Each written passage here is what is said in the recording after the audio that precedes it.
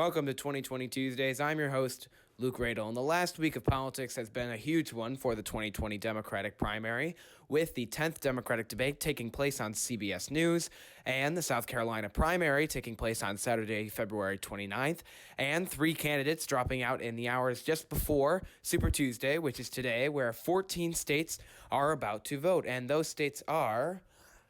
Alabama, Arkansas, California, Colorado, Maine, Massachusetts, Minnesota, North Carolina, Oklahoma, Tennessee, Texas, Utah, Vermont, and Virginia, as well as the American Samoa. But that doesn't really count, right? So what's the through line of all these stories that made up the week that was leading up to today, Super Tuesday? Well, I'd argue that Mayor Michael Bloomberg is at the center of each of these stories, considering that he spent $500 million trying to win the presidency based on these Super Tuesday states voting today. So, in today's video, we're going to talk about whether or not I think Bloomberg's $500 million bet will pay off, and what circumstances that have taken place in the past week would suggest that maybe it won't.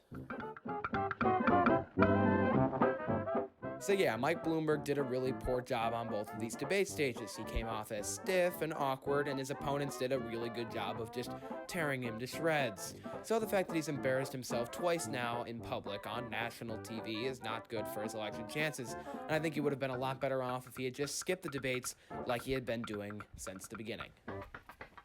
The South Carolina primary was really bad for Mayor Mike Bloomberg, and the worst part is that he wasn't even running in it. However, the person who was running, Vice President Joe Biden, won the state in a landslide, taking almost half the vote in the Palmetto State, leading to the 2 other moderate contenders, Pete Buttigieg and Amy Klobuchar, dropping out and endorsing him soon afterwards. All these things are really, really bad for Mike Bloomberg, considering that he has tried to pitch himself as the Bernie Sanders alternative. But now, with Joe Biden encroaching in on Bernie Sanders' delegate count, as well as beating him in the popular vote, which Bernie Sanders has been trying to flex the entire campaign process, it appears that Joe Biden is becoming the clear alternative for the Democrats, looking for an alternative to Bernie Sanders, which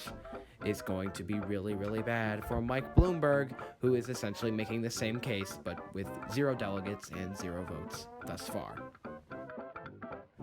And lastly, Buttigieg and Klobuchar were not the only candidates to drop out after the South Carolina primary on Saturday, as billionaire presidential candidate Tom Steyer announced that he was suspending his campaign shortly after the results were released for the South Carolina primary, after spending millions of dollars in the state only to secure very few delegates. Now, this shows that you cannot buy support through ads. Enter Mike Bloomberg, who has basically been doing the same strategy, and the idea that his support is a mile wide but an inch deep is very suggestive of the strong polling results that Steyer had in Nevada and South Carolina before performing pretty underwhelmingly, because people don't want to vote for someone who is, well, pointless. And I know I keep referencing back to that video, but I'm just very sad that it's probably going to be my last time doing so, because Tom Steyer has in fact dropped out. And I believe that if he follows the same path, Mike Bloomberg will also be dropping out very soon.